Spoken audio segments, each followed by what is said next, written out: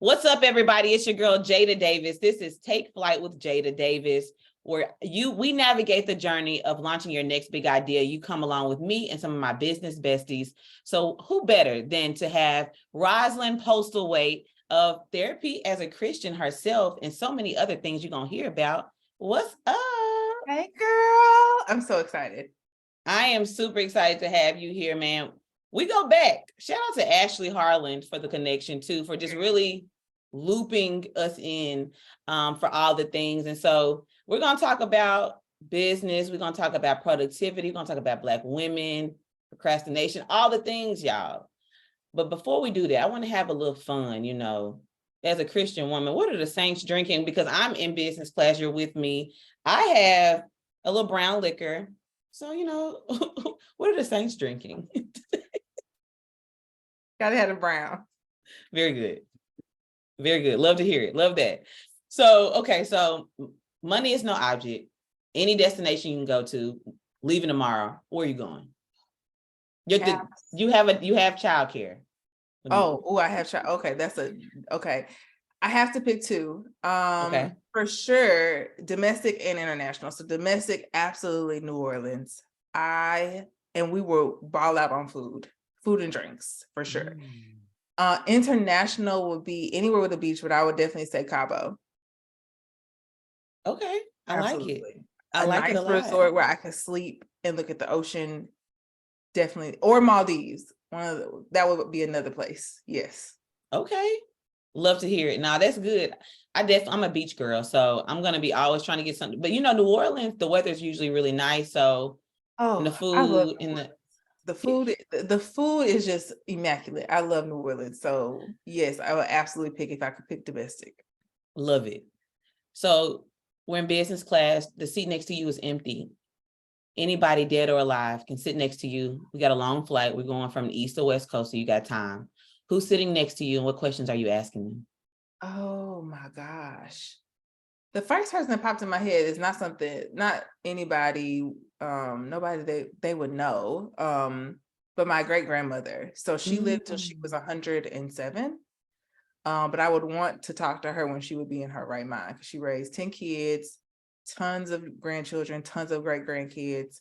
I would just want to hear like wisdom in a way that I don't think anybody would probably give it to me now. That's lifelong. So to live that long, you've seen a lot, experienced a lot. So just wisdom in a way that I would want to know.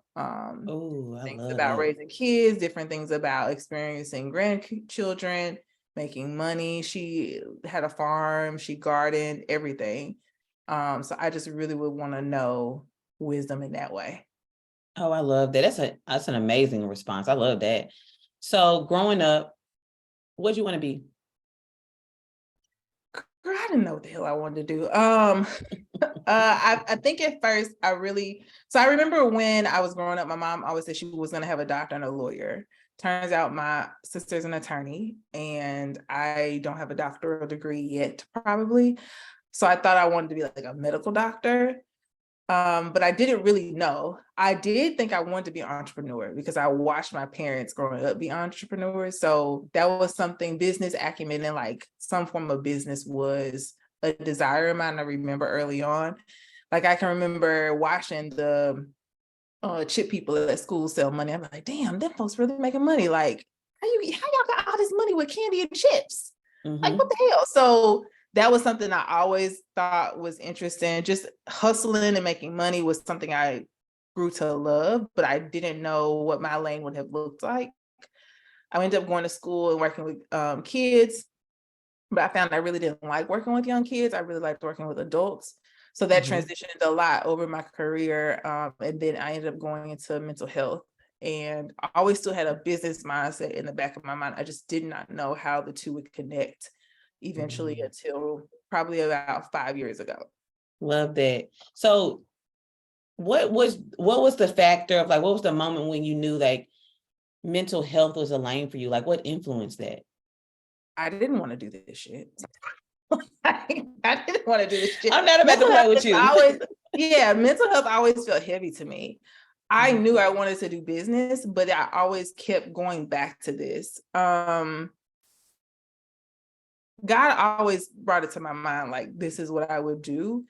So I always fought him on it because I just didn't understand how business and mental health connected. I never really kind of could put the two together.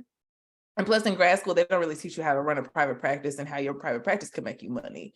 So I didn't have any also forward knowledge of creating a business that would substantially be able to make money.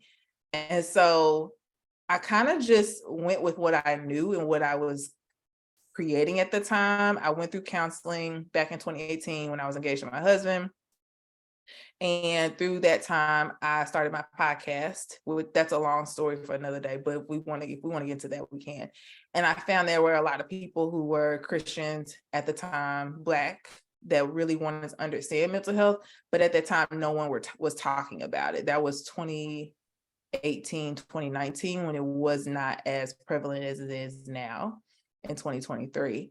And so I would just make like small things to sell. And I said, there's a business behind this, but I don't know what that would entail. And I think that's when coaching became very prevalent. People started doing like things like master classes. So I was kind of in that time frame when people were doing that. Mm-hmm. It was lucrative, but to me, it still wasn't always clear because I did not want to talk about mental health. I wanted to talk about something else. I couldn't figure out what it was. So it always landed back to that. And I always feel like I made money doing something related to mental health mindset all the time, even if I was trying to run away from it. Yeah. So that's how I got into my business. And now I fully do therapy. And I really, really, really, really enjoy doing therapy. I love that. So what type of clients do you support? So I primarily serve Black women. I recently just got a white girl, but I really like her. But I primarily serve Black women, mostly are in their early 20s to mid to late 30s. Professional women, mostly all of them struggle with some form of childhood trauma, a lot of feelings identification, really struggling with achievement in the sense of they tie a lot of their identity to achievement. Really, a lot of them have problems with maternal parental trauma. So a lot of Black women surprisingly struggle with the relationship with their moms. There is a lot of self-esteem stuff, anxiety, depression, but a lot of feeling as though we're not good enough, just unworthy, relationship issues. And so all of those things tie into that. And I really, really enjoy working with that population. Oh, I love that. And when you talk about just some of the similarities that you see amongst women and then particularly Black women, I'd love to know from you, like for a person like myself or like other people that maybe we don't feel like we procrastinate as much or we experience some of the things that you see with your clients prevalent. What's some indirect procrastination that maybe we're unaware of that is still procrastination? There's a lot of things related to like dreams deferred. Just like there are a lot of women that I counsel who have dreams, but they've kind of fit the mold of they think that they have to do what they've always known to do, or what their parents or their people around them have told them they had to do. And so there's a lot of dreams deferred. And I talk to them a lot about what is it that you want to do. We struggle with fitting the mold of what we've seen, and we do not really try to come out of that. And most of us don't even know what we want. So as Black women, we think we're just supposed to be strong, have great jobs, or take care of our families, all of that. But there's a lot of us that do not really explore what we really want and take pride in going after what we really want, even if it's like, I gotta be like, fuck you, I'm not doing this anymore. And there's just not a lot of that. And so there's a lot of dreams deferred, a lot of dreams deferred and doing for other people. And so that leads to a lot of years of procrastination, years of just settling, years of not really believing that you can actually go after the things you want and just not having a frame of reference. There's a lot of aunties and mamas who are like, why are you doing that? You shouldn't do that. Clients that I have that just want to travel the world and they're like, but I don't know, I just never thought about doing solo travel. And I'm just like, why not? go out of the city. Just go Yeah. try. So just really helping them see that their dreams are actually possible, but really helping them identify what they really want first. And that can be in any scope. It just doesn't have to be career or aspirations. It can be family. It can be Mhm. communicating to your spouse. It can be seeking a relationship out, seeking a job in another city, just anything of that nature. Yeah, and when you say that, I also think about like a lot of us have a million tabs open in our head and our mind. We got a million projects we working on, all these different things. So like, what about the procrastination that happens when like we got too much going on? Like, what have you seen and like how would someone overcome that? It's like, I want to do everything. So in general, especially when I was coaching, I really helped people understand that long-term burnout may not be something that you experience initially. So most of the time we take on a lot of things, we don't realize how long-term it will burn us out. And we're putting other things aside because of the amount of things on our plate. And so with procrastination and what you're talking about, I want to do all these things. Well, you have to really assess your capacity. Like, is this in my capacity to do right now? Do I have the life set up to where this is possible? Do I have enough support? Am I willing to even ask for support? Am I willing to delegate or put other things down for the sake of these things? And so, especially as a business owner, you have subconsciously always 15,000 tabs open in your mind, especially if your computer is at home and you work from home. You're walking around the house thinking about the shit you got to get done. Right. And so it's really important and imperative to be organized in some way or have accountability around you that can help you kind of work through and piece through to sustain the thing that you are trying to go after. So to kind of answer your question in a more like bullet point way, definitely assessing capacity, assessing like, is my life set up for all the things that I have going on? Do I have the means to make that happen? Do I have the time dedication to do that? Am I organized enough to be able to put these things on a calendar to work them out versus being just kind of like throwing shit out and it's not even good in just a general sense. First of all, anytime you're starting something, it's not amazing. Even if you think it is, like, girl, I promise you, as you work it, it will get better. But it will not be perfect and you're going to make a ton of mistakes. But are you willing to get yourself to a place of organization to do so? And then asking for support and being open to receiving support. And then having a ton of accountability around you to kind of just help talk through your ideas and talk through things. That helps not to procrastinate in a very short way to say, but you just can't self-sabotage yourself. Otherwise, those things will essentially still be on the shelf and you'll never put them out. No, I love that. I'm gonna take notes because I need to apply all these things because I'm an executor. So I do have a lot of tabs open, but I do a lot, but also sometimes it's hard, right? Prioritizing is so important and just being real about what like you said, you have the capacity to actually do and, put some things to the side that you can't do everything. Yeah. Like my mom used to tell me all the time, you can't be everywhere. No, So you can't. And it's good to hear that you're an executor because it means you're going to get it done. But also being mindful of, is my well-being is my well-being being sacrificed because of these things? Because long term, you may not notice or think that it's not, but long term, you get burnt out, you end up resenting what you're doing, you end up not being as passionate about it anymore. You end up finding that you may just not have time for things that you really want to have time for. And that becomes a thing you have to constantly reassess over time.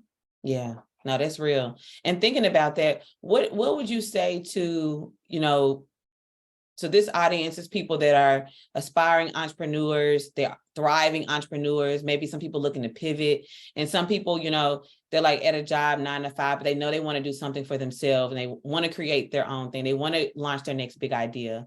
Let's talk about the importance of your mental health and well-being and therapy specifically for entrepreneurship. Yes. My God. Girl, let's just take a pause for the cause. Okay, so I think every entrepreneur or aspiring entrepreneur needs a therapist. This is why. As a practitioner, I always tell clients, I am a product of therapy. I was in therapy for the longest period of time, 4.5 years. I took a break while I was pregnant last year, and then got back into therapy to do some trauma work. Every person that's walking and breathing needs a therapist. I don't care who you are.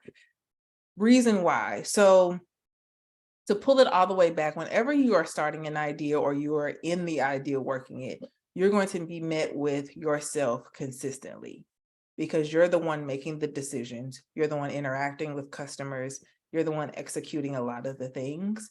Mhm. And you're met with so much of your own self in the process of that.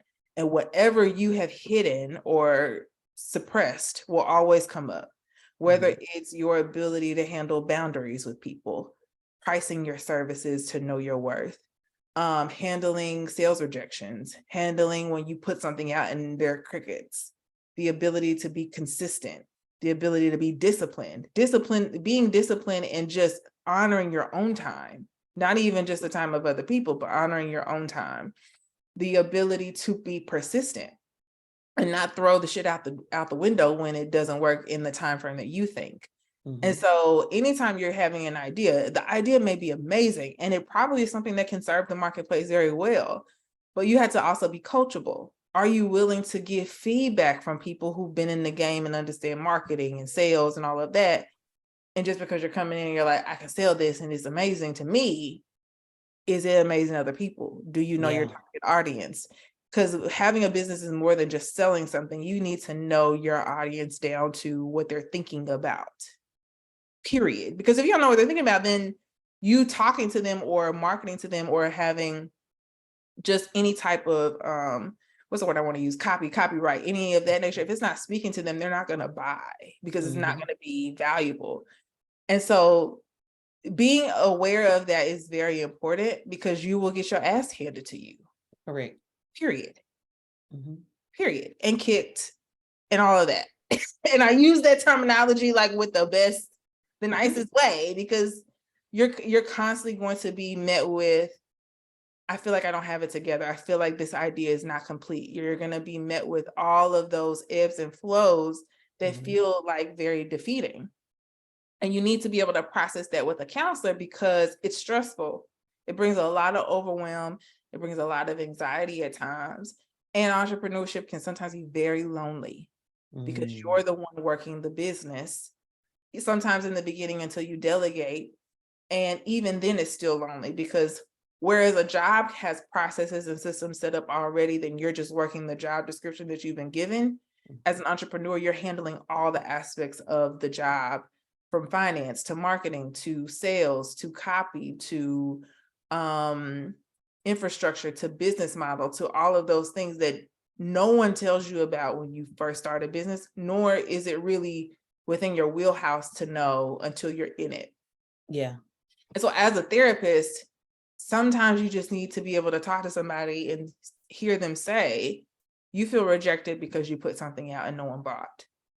And processing through, where were there times where you've been rejected in the past and what did that make you feel like? Because a lot of this ties to childhood. Even just with clients, and I know I'm going to tangent, but even just with clients, being able to have healthy boundaries with your clients, not trauma bonding with people, especially if you do work that requires you to share your story, not trauma bonding with clients in a way that creates unhealthy boundaries. And you oversharing or overdoing things for clients that they didn't pay a service fee for. Correct. Period. Or, girl, that seems like a very, let me just, you don't have to pay anything today. Like, sis, no, if she is paying for a service, she needs to pay the price. Period. Okay. Yeah. And so those things come up.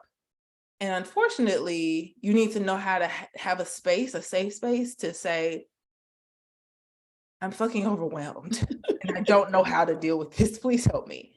And just to vent and process through that trauma or process through some of the things that you're going to experience, because it's a lot. It's a lot. Nah, man. I hope y'all are taking notes, because I feel like I was laying on the couch. Okay. But that leads me to think about, because those of us that are entrepreneurs, I think entrepreneurs that are listening are going to resonate with this well. Those that have started, right? Who have implemented, who have executed.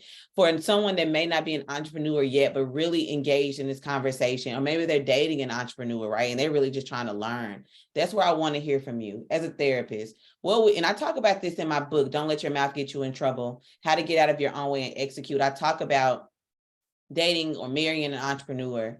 So for you, what advice would you tell somebody that's dating or married to an entrepreneur? So my husband, just to get background on my relationship, I've been with my husband, Nico. This year will be 11 years. We've been married 5.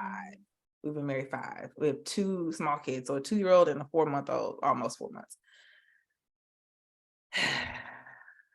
So like I have given that man so many things. You're going to be dealing with someone who constantly has ideas, and you're going to constantly be supporting through whatever idea is happening for the day. Okay. But you have to be mindful that they don't need you oftentimes to be the hands and feet in their business. They sometimes just need you to be a safe space. Because as an entrepreneur, you're constantly showing up, and you are inundated with thoughts and ideas and things related to your business. And to be supportive may just look like listening to them vent about their ideas.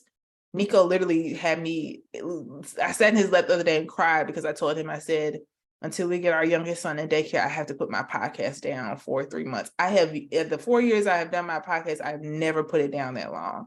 I was grieving that. He didn't have really a lot to say. He just rubbed my back and was like, it's okay.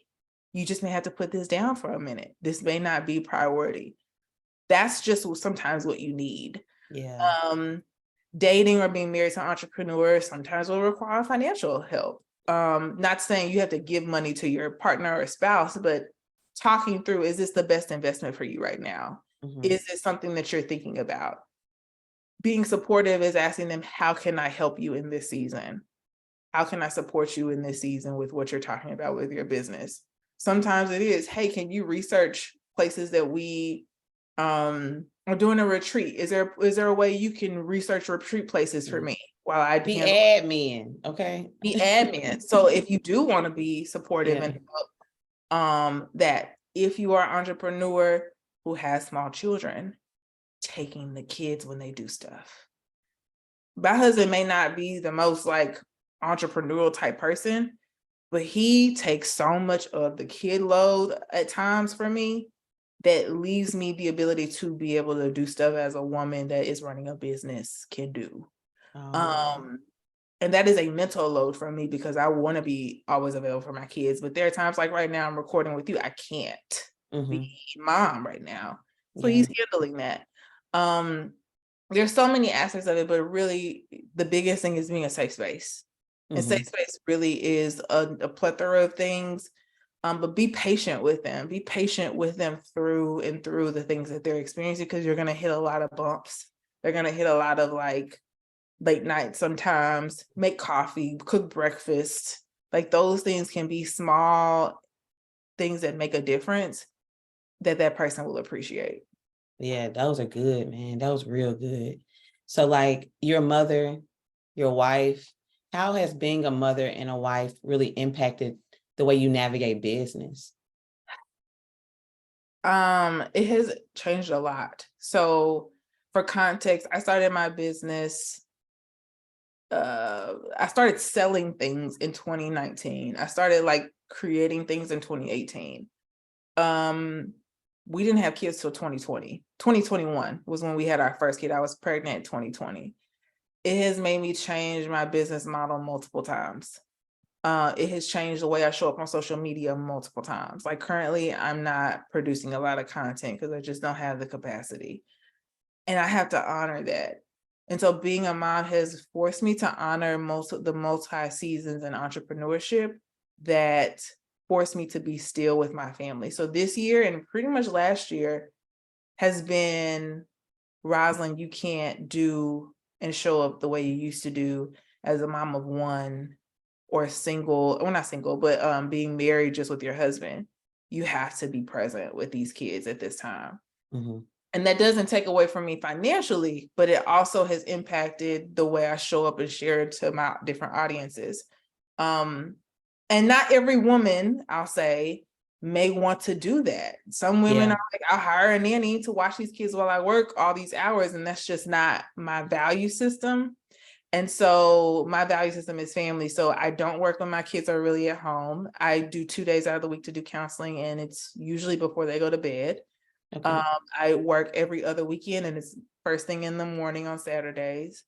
I don't work a lot when they're home, which takes away from me working hours in my business. But I have to give myself that grace in that time. So I think as a wife and a mom, it's forced me to schedule a lot of stuff. Hell, and I'll be honest with the married people, schedule sex, period. Okay. Absolutely. Like, it just is what it is. Fuck. You gotta do what you gotta do. Because you just have to.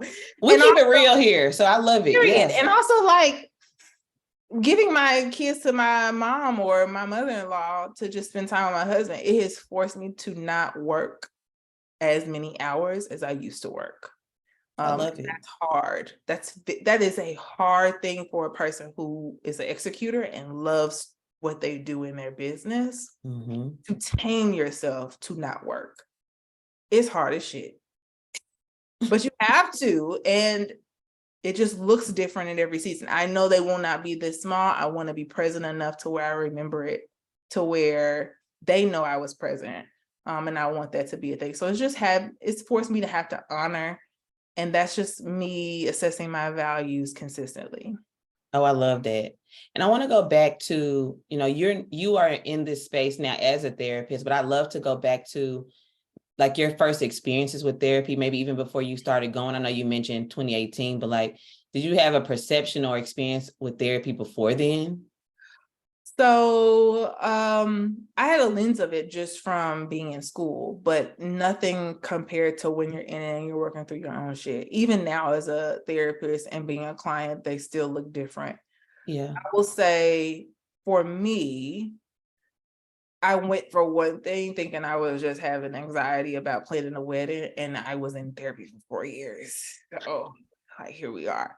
But therapy gave me it gave me language. Like, most of the time we don't really know what's going on. And I have a lot of clients who say they have a hard time just knowing how to verbalize what they're feeling.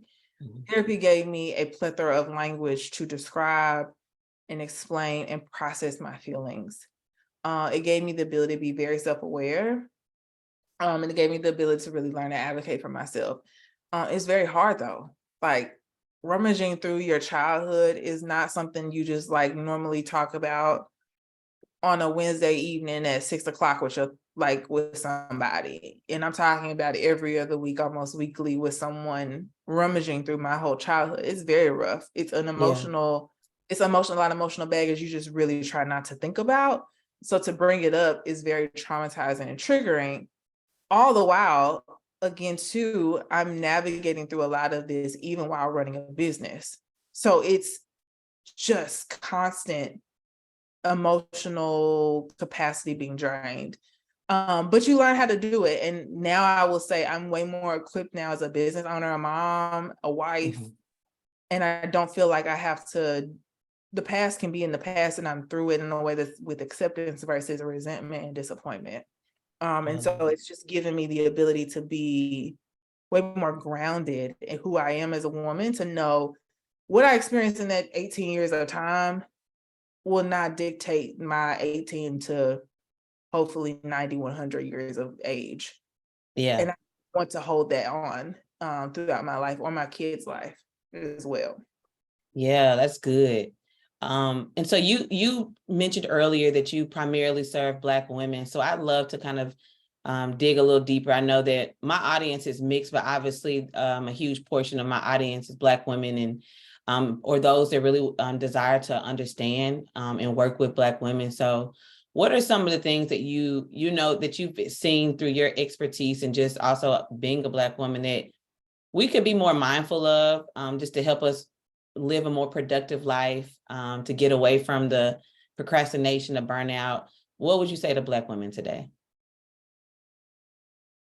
That we are worthy of every room we're in. Mm. Black women don't feel worthy all the time. As much as we try to hold the our pride of who we are, we don't feel worthy a lot. Feel worthy of being seen, being heard. And it especially shows up in family relationships, because if you are a Black woman, you more than likely been raised by a Black woman, and culturally that can look different across the board. However, if you're from the South, most likely your mama is probably throwing the Bible at you, baby, and it's saying stuff like, "Don't be shaking up with that man," or "Girl, you're not praying hard enough." And to me, nah, I'm a God's girl. That's who I roll with deep. But those things cannot be safe sometimes. And so what I would say to also Black women is find safe emotional places for you. Because there are not a lot of times where we have felt safe. We have taken on the title of safety for other people, but we don't have other safe spaces. And so what that creates is a lot of resentment of, people don't check in on me. People don't check on me enough, and I check on everybody else. But sis, are you advocating to ask people and ask for what you need? Switching expectations around, whether spoken or unspoken. So if you need something or you want somebody to do something, you have to realize that you may have an expectation that you're giving off that that person may not give off. So understand the way you like to be supported.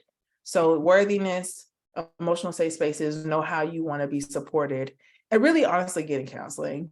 And know that you can work through these things and you can be valued, but in order for you to understand your ability to be valuable, you have to stop pouring into spaces where people are constantly showing you that you're not valuable and disrespecting your boundaries and disrespecting who you are as a person.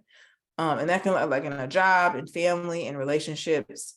But we as Black women give off so much, and we are almost inundated to be expected to give off so much that we don't feel like we deserve the best back to us. And you do. And it just requires you to put some heavy, hard boundaries and really sit in the uncomfortability of the guilt that you feel.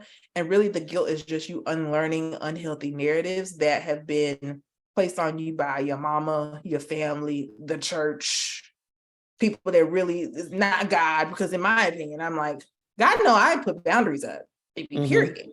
Okay. And I don't feel bad no more about it. Like, I need this. Help me. Yeah. Okay.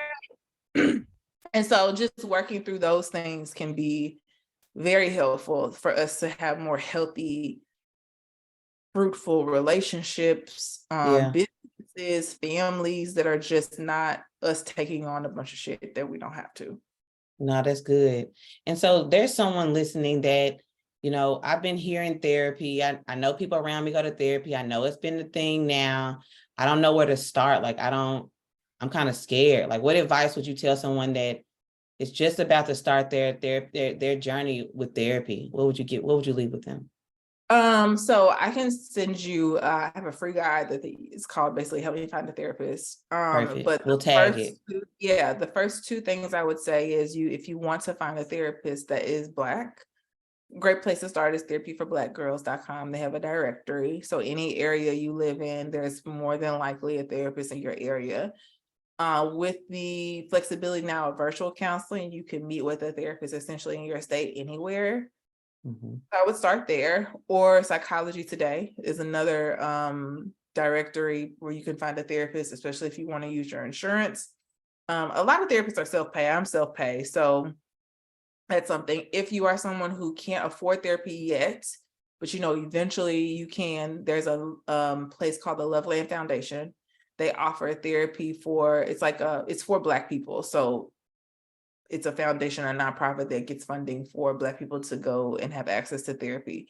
You can apply there and they'll provide up to $120 per session, which is a great price range because that's about what a therapist would charge for up to 12 sessions. So that's about 4 months if you go every other week. So you can start there to get funding.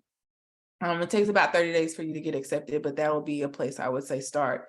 And then also, take the advice of the people around you who have gone, really talk to them about their experience, get a therapy buddy is what I call, like somebody you can sit and process with following sessions. And also just be mindful that do it when you're ready, but don't wait until you feel like you have to be perfect or like ready to start until to do it. You really just need to start. And really talk to your therapist about your struggles and those things. But don't feel like the hesitation is a bad thing. Hesitation is very normal when you're starting counseling. Oh, it's good. I started my journey.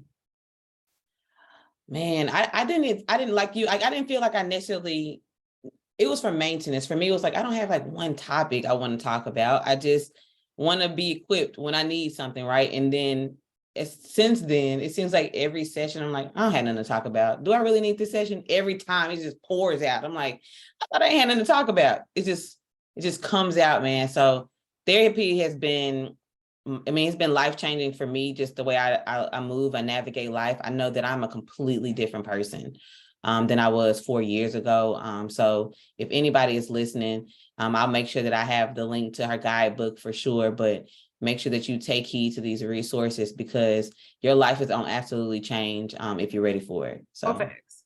Yeah, I love it. So and I want to add this one thing. Go ahead. Yeah. You don't have to be a super emotional person to go to counseling. I have plenty of clients who are very rational. They're like, girl, this is what it is. And I'm like, that's fine, but let's talk about how this is making you feel, sis, okay? Because you do sometimes need to have that emotional lens to not suppress, because suppressing will ultimately cause overwhelm and burnout later if you don't address it. Yeah, no, that's real. And it's good to give that perspective too, because somebody listening be like, I'm not really emotional, but you still need therapy. You still need it. So I love to know what is maybe like a business idea that you tried before that didn't work out? Oh, that's a good one. Okay, hold on. Let me think. I feel like there's so many things I've done.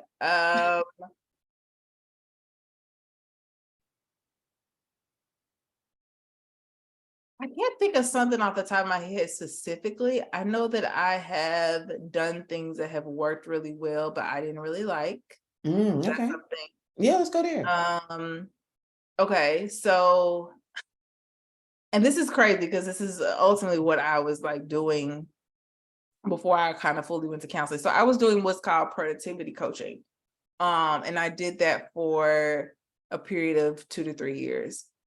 I did it because the money was good. I'm not even gonna front. Like the money was really good. I was skilled in talking about it to people, but I won't say that I thoroughly, fully enjoyed it. It was just not, it didn't feed the passion I felt like I had. I got to really see people get success, but I just did not like it. And I had to come to my senses with that when God told me to switch my business, but also just because something is money, this good wise, doesn't mean long-term you're going to enjoy it. And you'll honestly get to a point to where the money won't even be enjoyable to you because you're not doing something you enjoy. So I did coaching from 2020 until 2022. So a good period of time. And I did individual one-on-one group programs. And I could get excited about it, but it wasn't mental health. And I think that I knew that deep down and I just was like running from it. So I was using it as a distraction. I've created stuff so many times of things that I've launched, but I just, those were things that I knew corely I needed to focus on the mental health space. And I just was running from it. So now I feel like I'm in my passion and I can make things out of that place that don't feel like I don't like it. Oh, I will tell you one thing I did do that didn't work. I did like a t-shirt, sweatshirt line at one point in time, and that just flopped. I had stuff on my website. I was posting it. I was sending it out to my email list. Girl, nobody went buying this stuff. It wasn't hidden. See, I didn't even know about it. And I don't even recall. And see, that's the thing with knowing you need to market. I was like, I put this out once. I'm like, why are people buying it? I have an audience, damn it. Like, what is going on? Why are y'all not clicking the buy button? What is happening? If you feel compelled to bring it back, man, that's what I do. You know, that's what I do. Jada. If you feel compelled to bring it back, just holler at your girl, man. We can talk about it. I will, but I'm gonna rebrand it. But fair enough. So I did that. I will say, and everybody can't do a t-shirt line. Let me just be honest with you. That's true. Everybody can't do a t-shirt line, but it's important to build community a lot before you launch something. Absolutely. The community will be like, absolutely, we'll buy something from you. Whatever it is. Swipe. Yep. Here you go. Yeah. Mm-hmm. You can bundle some things. Listen, here's a nugget for anybody that's out there listening and you're like, I don't know if this is working. You can find a way to even bundle some of the things you're doing. What has worked very well for me is, when I launch something, I package it. When I launched my book, which actually thinking about this now, I need to talk more about this because I got a lot of gems I could share with people. When I launched my book, I did pre-orders. Part of the pre-orders was I packaged accessories and things that were related to the book. So and Roslyn's working on a book, we're going to come back to that. So there's opportunity there where there can be accessories, apparel, pens, cups, anything that's associated to what you're doing. In addition to the main project, like people love things, right? And if you sell the story, you bring it all together, it's things that are quality, right? And things people want, people will buy into it. But like you said earlier, it starts with having that community because that's where you're going to start with your warm market of people. They're going to just buy it because it is you, just because it's you, because it's your name on it. So there's definitely some gems there. So the book, I know you're still working on it, you're still writing it. And so I always tell people, there's a book inside of all of us. And and I know you're working on the book, but I also want to mention that you had a journal that was so valuable for me when I started my therapy journey. I was using your journal. Baby, where's the journal? Okay. Because the journal. When I tell you, it's like too many things. This is what I'm saying. Like when you were talking about entrepreneurs at 15,000, I have so much shit. It's like I could really sell anything, but because I've been scatterbrained because of kids, I have to really focus on one thing at a time. So the journal, I still talk about the journal on my podcast. I still have a link to it on my Instagram, but the journal is essentially a journal for people who are in counseling. And you know what? Now that I think about it, I need to make mention of that to my own damn clients. Like, see what I'm saying, Jada? Too many things going on. Anyway, but the journal is essentially for people who are counseling to keep track of their sessions. It's kind of like an all-in-one. So every time you go to therapy, you take this journal with you and you can write down notes. You can reflect afterwards. And anything you kind of gain from the session, you can reflect on. And so it's kind of just like a journal for all-in-one. I want to rebrand the journal so that it's like a actual journal versus kind of like a book form, but people still buy the journal to this day. I created that thing at the top of 2019. I still get a royalty every single month from that journal. So this is why also a book is so helpful, especially for entrepreneurs. Every entrepreneur should have a book because you can constantly use it as a marketing tool for your business, but you can also constantly have revenue with that and sell it at any time. So let's talk about I know you don't have to give us, I don't want you to give out any trade secrets, but what can we anticipate with the book in which you're working on? I can talk about it because I have all the stuff done except trying to get edited and all that. Okay. So the book is called Purposeful Persistence. In anything related to, again, I said earlier, I'm a God's girl. I might have heard me say colorful language on here, but here we are. But the book is called Purposeful Persistence, How to Stay Committed to Your Vision with God and Achieve Entrepreneurial Success. So essentially, what I like to envision is whenever you get a vision from God, sometimes you have to go through his boot camp. And that is oftentimes really hard. And not only that, but there's a lot of ebbs and flows when you're starting a business. So this thing is really to like the 1 to 3 year entrepreneur, kind of in your beginning stages on how to stick with your business. So the book kind of goes into like sticking with it, starting and beyond, partnering with God versus working for God, because that's a big thing. Some tools for success, and then alignment beyond your business. And so I really go into talking about how to stick with your business, the mindset you need to have, how to, when you are getting a vision from God, how to push it out, but also work through your trauma, especially your personal trauma that you might have with God, because that's a huge thing with people, especially if you live in the Bible Belt, sis. The narratives that we have been fed growing up, foolish. Okay, foolish. Yeah. Tools for success, so things you actually need to run a business in the beginning, and then just alignment with your business beyond. So your value system, like doing the things versus just imagining about doing them, staying grounded, relationships, all those things that help over time. So my goal is to really help people to not throw your business idea away just because it's not something you might think is happening in the time frame you think it's supposed to happen, and the tools you need. So not how to build a business, but have the mindset foundationally for your business. I love that. And it's so necessary because a lot of people start ideas, they get discouraged, but you are going to help them to have that endurance they need to be successful. Because most times people give up before they are ever able to see any success. So I'm excited. Do you have an estimated time of launch? When can we be anticipated? Anticipating it will be out in June. That's what I'm anticipating. May is to try to have like the editing and all of that process done. So anticipating June, at the latest July, but I'll definitely have some pre-sale stuff and I'll send it to you. Yeah, so summer 2023, we're going to be looking for this amazing book, Purposeful Persistence. So I'm super excited to hear about that. Before we get out of here, I want to know from you, Roslyn, how do you want to be remembered? These deep ass questions, Jay. You know, this is my thing. Oh man. I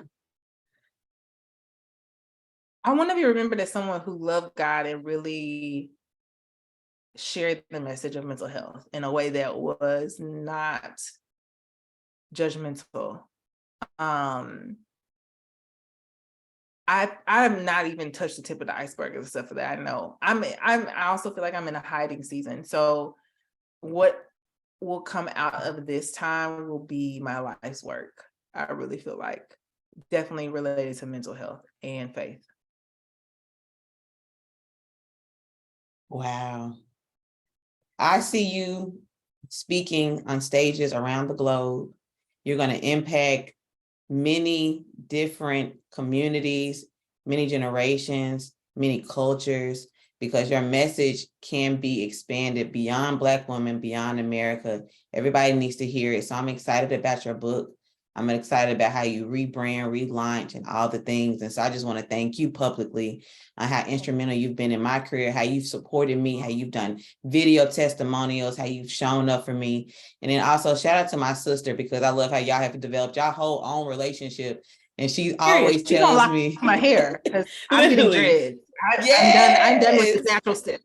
Shout out to Camille Holmes, serial entrepreneur, my sister, Kitchen Curls, real estate extraordinaire, and the relationship that you all have created. So I love that. I love what you've given us. You've dropped so many gems. And so let us know, how can we stay connected with you, so that there's so much more. I'm a sense, it's going to be so many links, y'all, in the description, but Roslyn, where can we find you? So the easiest way to get to me now, even though I'm not interacting on social media as much, is Instagram. That's my chosen platform as of now. It may switch later, but please slide in my DMs, sis. Okay. So at Roslyn Renee, RoslynRene. You can also go to my website, but my website does not have any information related to what I got going on right now, sis. It needs to be redone. But you can go there now, sis. That's fine. I don't have any problem saying, hey, things are changing over time. If you hear a toddler, that is clearly my son. So that's where you can find me, at Roslyn Renee on Instagram. I love it. Thank you so much. This has been great. If you are a new or aspiring business owner, if you're a thriving business owner, you're looking to pivot, or maybe you're someone that, listen, I'm in a 9 to 5, Jada. I know I need to do something. I haven't figured it out yet. This is where you need to be locked in. You need to take flight with me. I'm bringing my business besties along the way. We are going cross country around the world to make sure that you are prepared to navigate the journey of launching your next big idea. Thank y'all so much. Until next time, later.